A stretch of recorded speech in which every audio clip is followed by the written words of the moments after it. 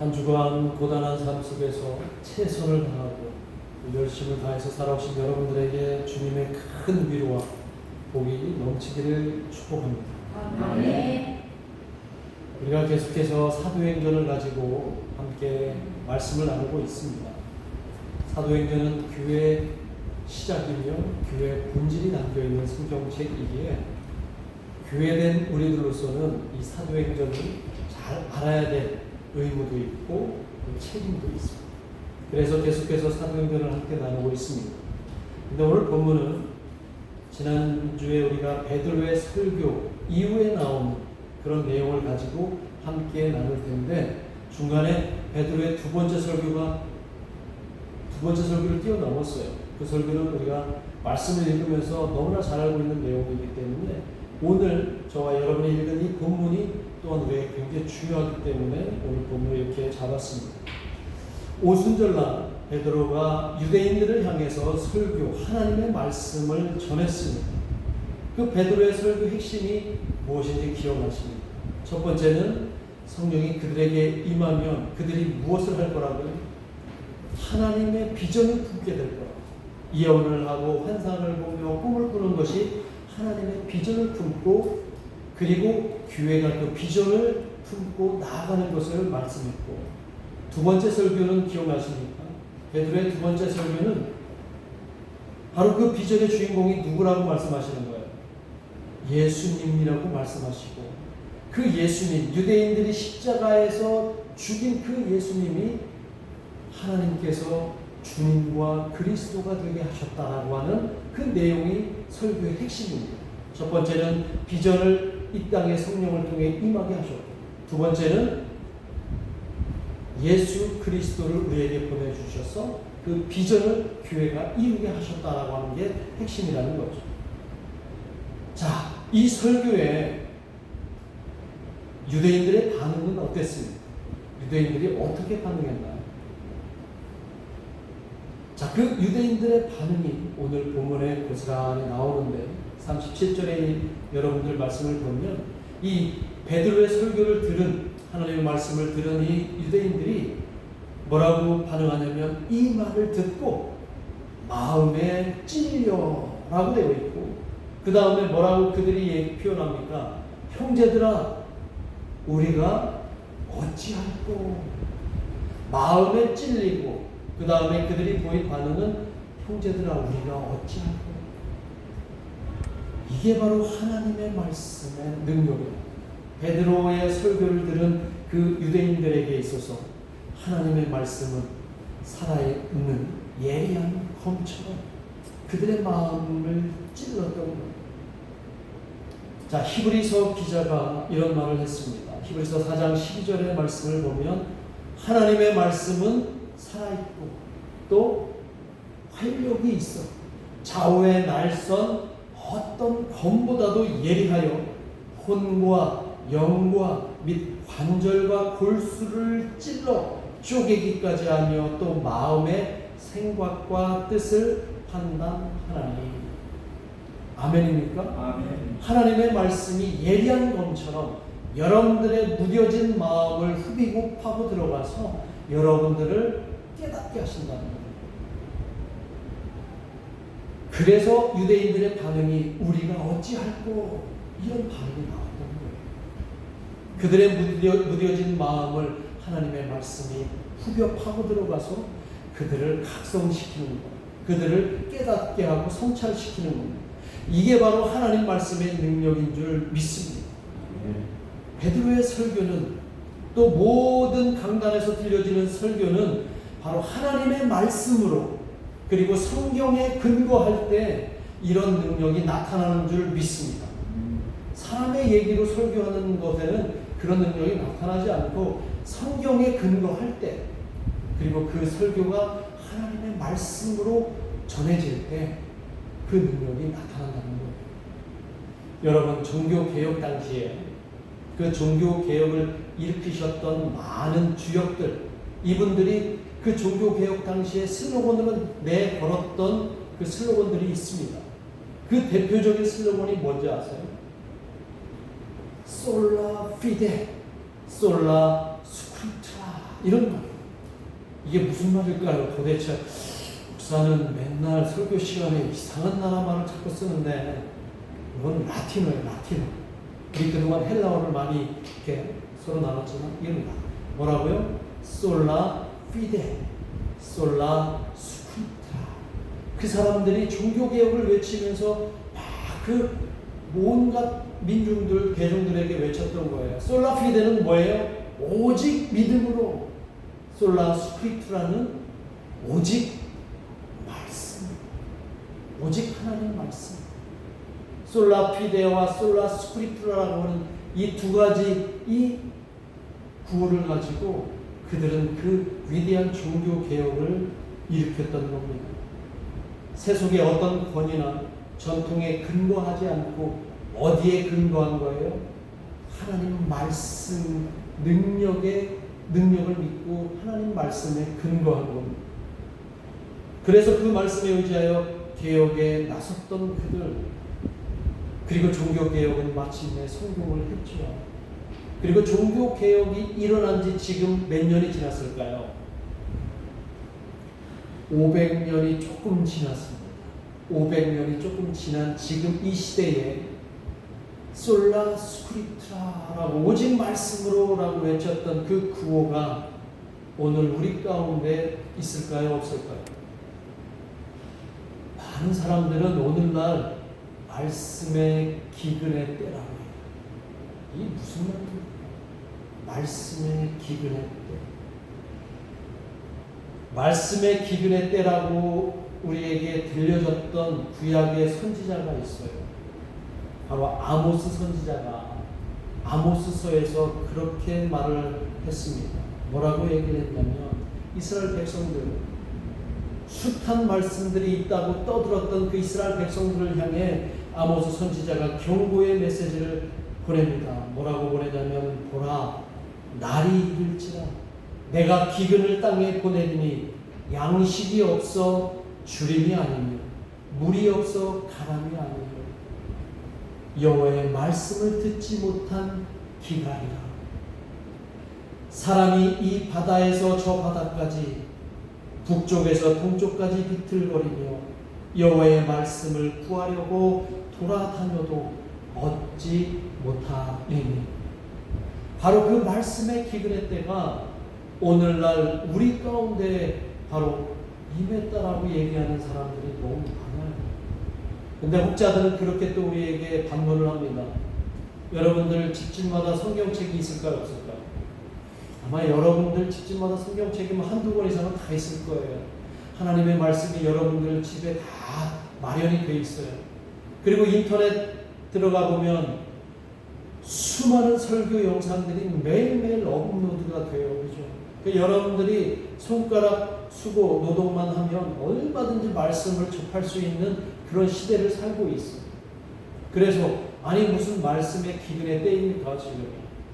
말씀의 풍성한 때이죠. 이렇게 얘기를 할 수 있겠지만 이렇게 수많은 말씀들이 있으되 정녕 우리는 온전한 하나님의 회복을 누리고 있는, 우리의 마음은 정말 예리한 검처럼 그 말씀으로 인해서 우리가 깨달아지고 아니면 우리가 회개가 일어나고 우리가 온전히 죄사함을 받고 있는가.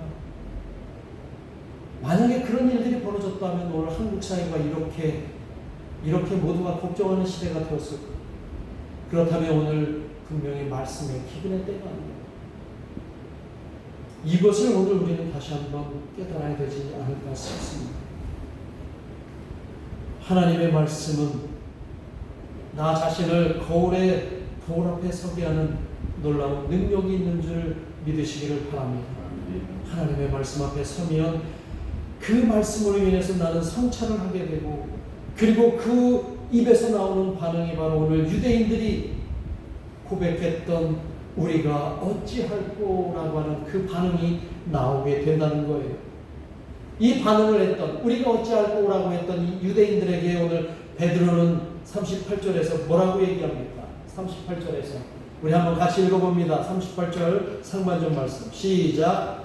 너희가 회개하여 각각 예수 그리스도의 이름으로 세례를 받고 죄 사함을 받으라. 하나님의 말씀을 들었던 유대인들에게 이제 베드로가 그들에게 이후에 그들이 보여줘야 될 행동, 신앙적인 행동을 오늘 말씀을 해주시는데, 오늘 38절 상반절 말씀이 오늘 제가 전하는 핵심 구절이에요. 자, 여기서 말씀을 깨달은 그 다음 이후에 베드로는 그들에게 뭐를 해야 된다라고 얘기해요? 회개하라고 얘기하죠. 회개하라. 자, 회개하라는 말 제가 숱하게 여러분에게 말씀드렸죠. 회개가 뭐라고 얘기했습니까? 어제 다른 사람 괴롭히고 다른 사람 거 뺏은 거를 가지고 오늘 내가 아유 주님 잘못했습니다, 회개합니다 라고 하는 의미일까요? 그거는 아주 좁은 의미이고 더 큰 의미로 뭐라고 얘기했어요? 돌이킴이라고 얘기했어요.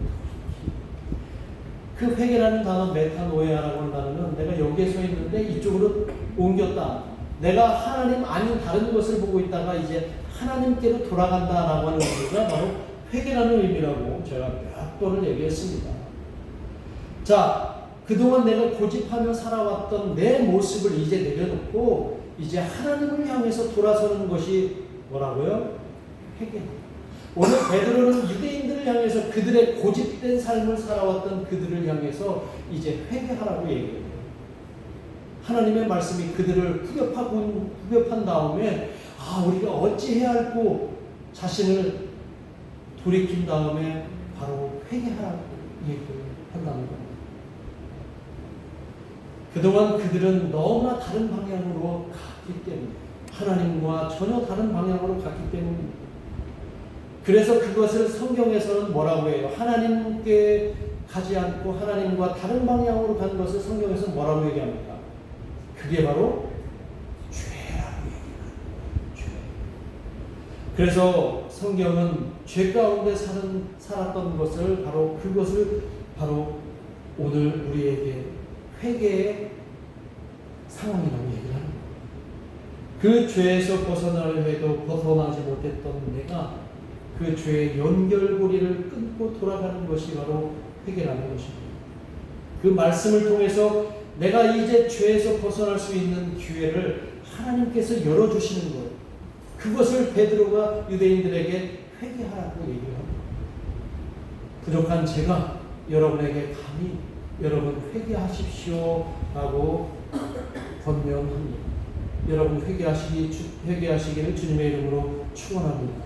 아멘. 어느 한 유명한 유대인 랍비가 이 회개에 대해서 이렇게 말을 합니다. 사람이 쏜 화살은 고작해야 200m 밖에 가지 않지만 여러분이 하는 회개는 하늘 보좌에 이를 것이라고 얘기해요. 여러분의 회개가 하늘 보좌에 도달하는 줄 믿습니다. 오늘 베드로는 또 회개한 사람은 그래서 앞으로 하나님 앞에서 부끄러운 존재로 살아가지 않기 위해서 이것을 하라고 해요. 이것을 표식으로 너희들이 하라고 해요. 너희들이 죽고 다시 태어난다는 의미로 이것을 하라고 하는데 그게 뭘까요? 오늘 말씀 38절에서 뭡니까? 세례. 우리가 그동안 알고 있던 세례, 그 세례의 의미가 바로 회개가 이루어진 다음에 이제 내가 하나님을 봤으니까 나는 새 사람이 되었습니다 라고 하는 그런 표현으로 내가 이제 죽고 이제 다시 산다는 의미로 그렇게 세례를 받으라고 오늘 베드로가 얘기를 합니다. 유대인들에게 있어서 이 세례는 어떤 세례였어요? 물세례였어요. 물세례. 침례. 물속에 잠겼다가 일어나는 세례를 얘기하죠. 이 물세례 하면은 누가 떠오릅니까? 누가 떠올라요? 성경에? 세례 요한이 떠오르죠. 세례 요한. 왜? 예수님이 오시기 전까지 그가 물세례를 주는 마지막 선지자였기 때문이다. 그러니까 예수님이 복음서 초반에 마가복음 1장에도 보면 세례 요한에게 세례를 받으시죠. 그리고 많은 사람들이 세례 요한에게 세례를 받으러 막 옵니다. 이때 세례 요한이 뭐라고 얘기하냐면 회개하라고 얘기를 해요. 회개하라. 그리고 세례를 받으라고 얘기해요. 그리고 사람들이 물속에 잠기는 의미가 바로 이제 나는 하나님 앞에 회개했으므로 물속에 잠김으로 인해서 이전의 모습은 이제 물에 수장을 시키는 겁니다. 죽습니다. 그리고 물에서 올라오는 그 순간 나는 이제 새 사람이 되었습니다. 그런 의미라는 거예요.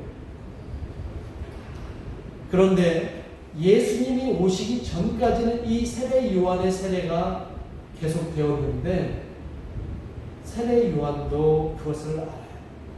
내 뒤에 오시는 이는 성령으로 이제 모든 사람들에게 세례를 행하신 것이다. 오늘 베드로가 그들에게 세례를 받으라고 할 때 그래 세례 요한이 우리에게 주었던 그 물 세례를 받아라 라고 얘기하세요? 뭐라고 세례를 받으라고 얘기하세요? 38절에 나오잖아요. 뭐라고 세례를? 예수 그리스도의 이름으로 세례를 받아라. 이제 세례 요한의 세례, 물 세례가 아니라 예수 그리스도의 이름으로 세례를 받는데 이 세례는 물 세례뿐만 아니라 성령이 임하는 성령 세례를 의미하는 겁니다.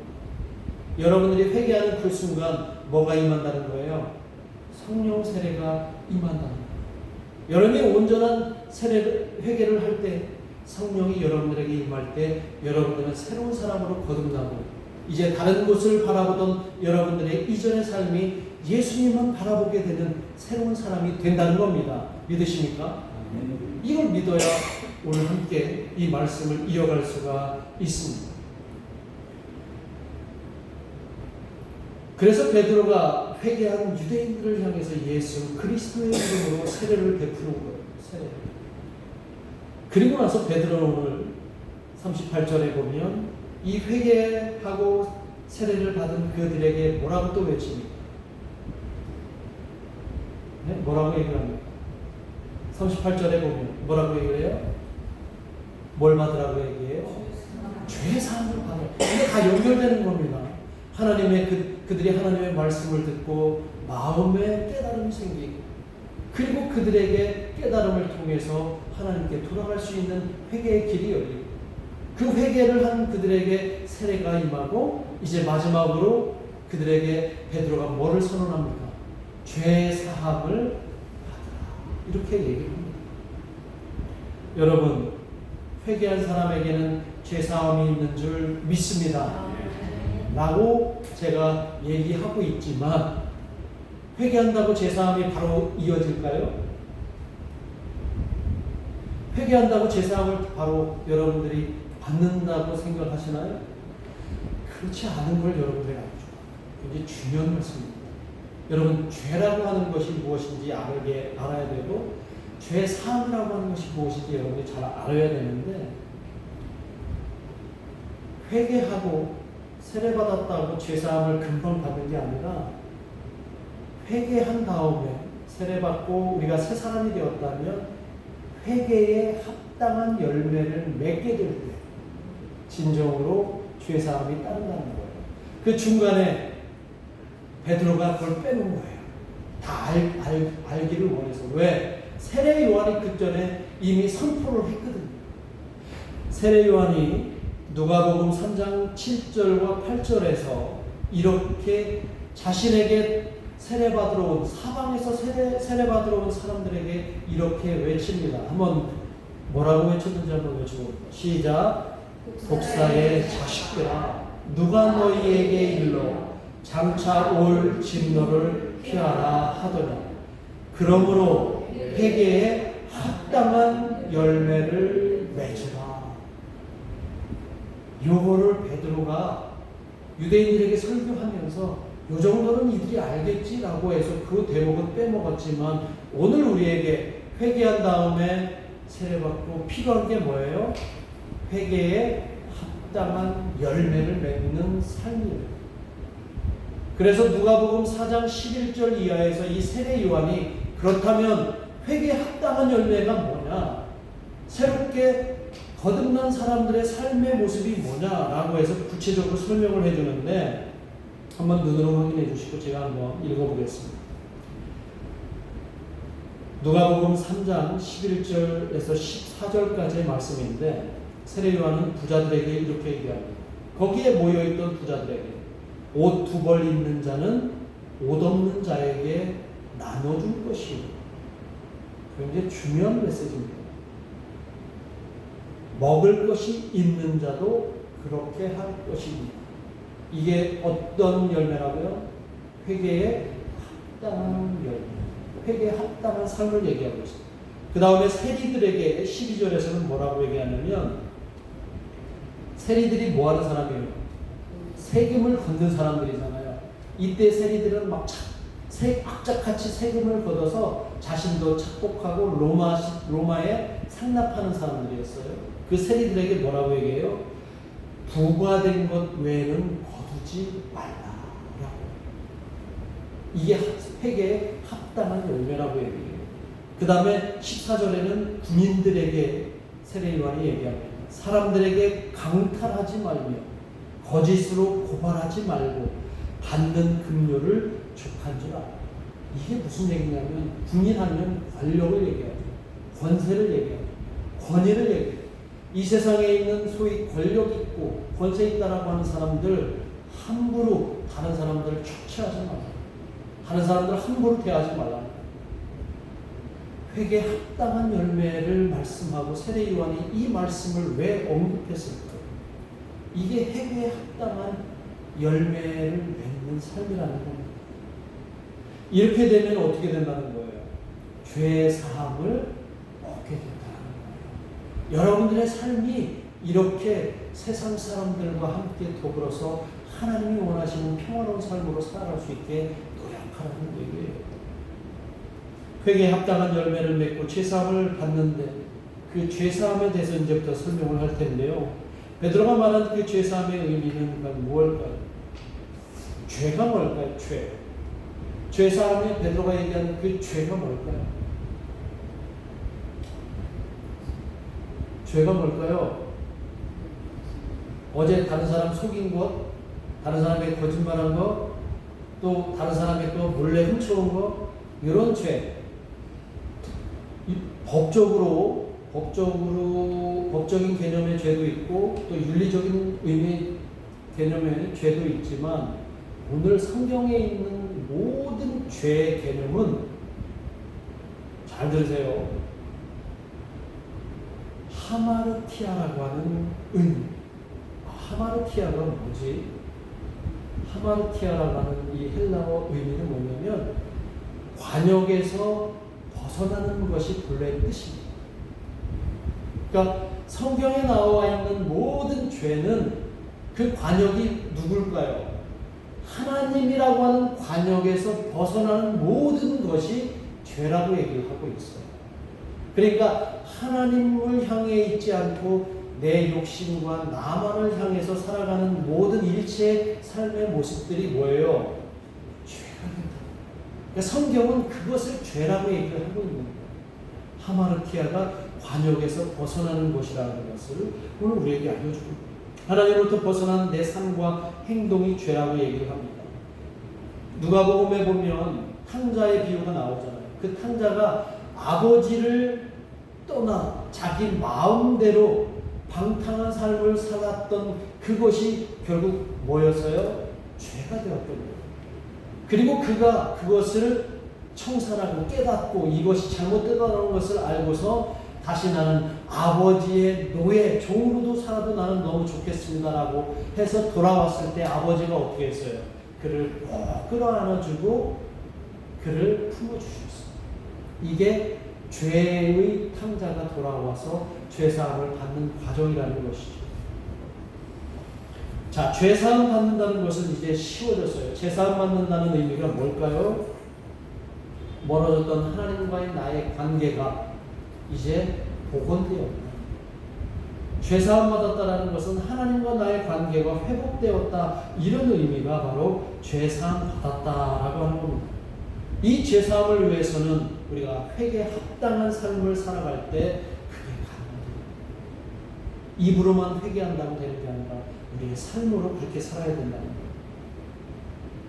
자, 말씀을 잠시 정리를 하면, 내 삶이 온전하게 하나님과 관계가 회복되고 내 삶이 온전하게 회복되기 위해서는 먼저 어디에서부터 출발해야 됩니까?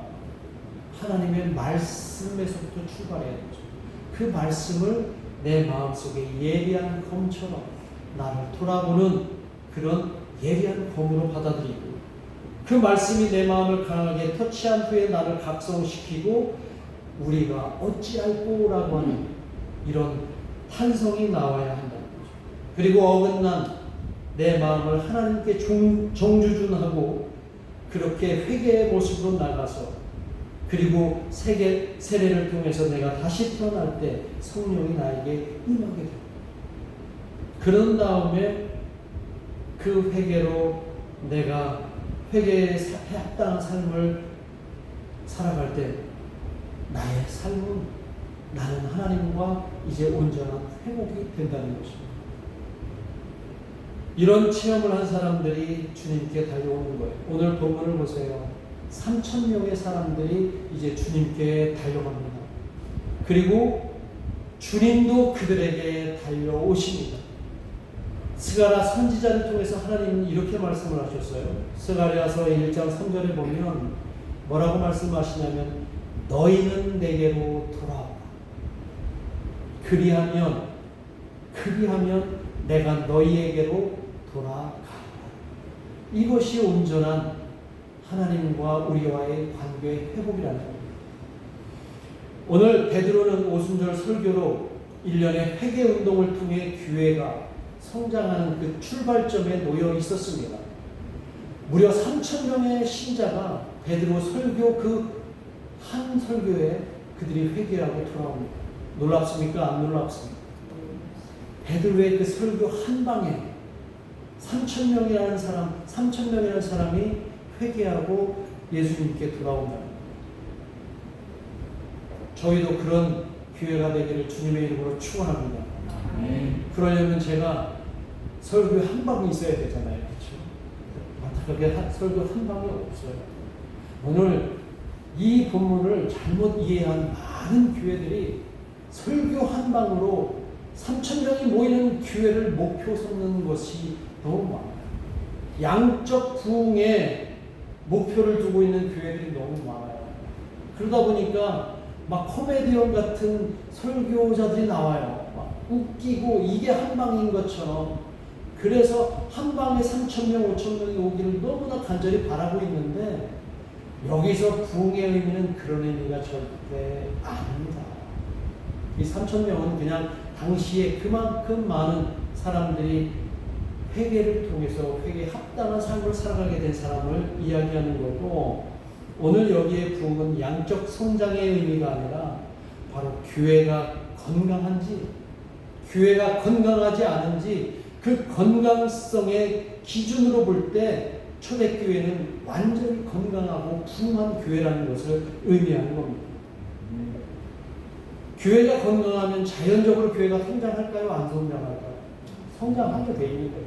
그건 우리가 노력한다고 되는 게 아닙니다.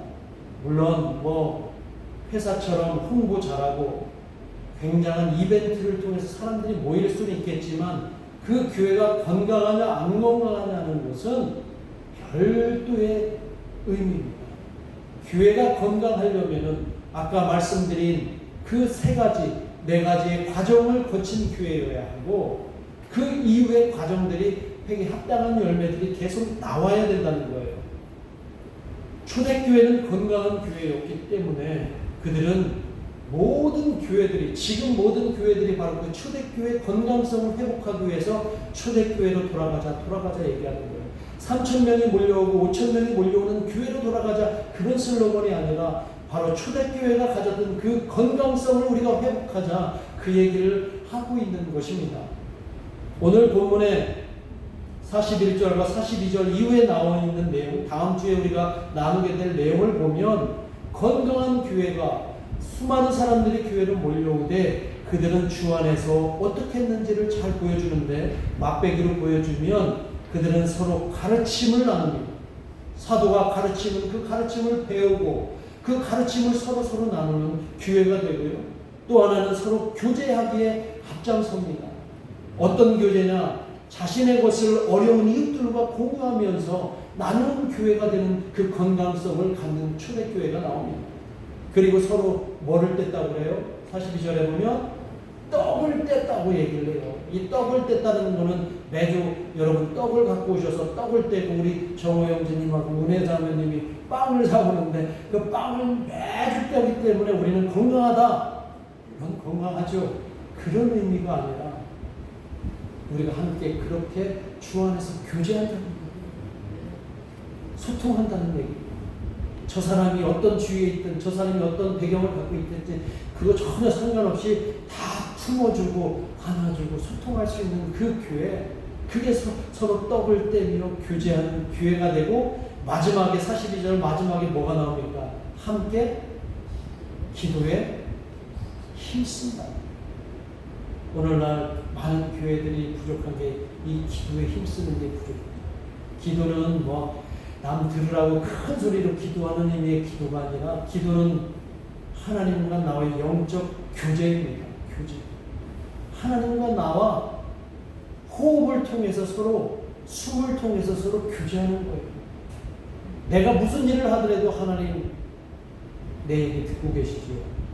내가 어딜 가고 있든 하나님 나 지금 여기 가고 있으니까 내 손을 붙잡아 주십시오. 하나님 나 지금 너무 힘들고 고통스러우니까 하나님 내 마음 좀 어루만져 주세요. 이렇게 늘 하나님 앞에 기도할 수 있는, 기도에 힘쓰는 사람들이 모여있는 교회가 바로 어떤 교회라고요? 부흥하는 교회라고요.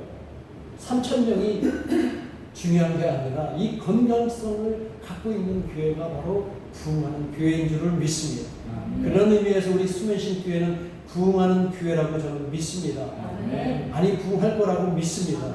그 건강성을 저와 여러분이 함께 항상 유지했으면 좋겠습니다. 이제 말씀을 맺겠습니다. 말씀이 살아있고 회개와 제3의 능력이 살아있을 때 우리는 자연스럽게 부흥할 줄 믿습니다. 하나님의 말씀이 우리 수면신께를 온전한 회복의 공동체로 열어줄 줄을 믿습니다. 그러기 위해서는 늘 성령의 감동이 충만한 교회가 되기를 함께 노력합니다. 그리고 죄 가운데 머물지 말고 하나님과 우리의 온전한 관계 회복을 위해서 늘 말씀 안에서, 늘 성령 안에서, 늘 하나님의 뜻 안에서 살아가는 저와 여러분이 되시기를 주님의 이름으로 축원합니다. 기도하겠습니다. 우리 함께 기도하겠습니다. 우리 수면신 교회는 건강한 교회입니다. 우리 교회 안에 말씀이 살아서 우리의 무뎌진 신앙의 감각들을 깨우고, 그리고 하나님이 아닌 다른 것을 바라봤다면 이제 온전히 하나님을 바라보고, 그리고 성령이 주시는 그 세례 속에서 새롭게 거듭난 교회임을 우리가 깊이 인식하기를 간절히 바라면서 나의 죄사함이 온전한 하나님과의 관계 회복에 있음을 늘 삶 속에서 주님께 기도하며 나아가기를 간절히 소망하며 이 시간 함께 나의 건강성, 우리 교회의 건강성을 위해서 함께 기도하겠습니다.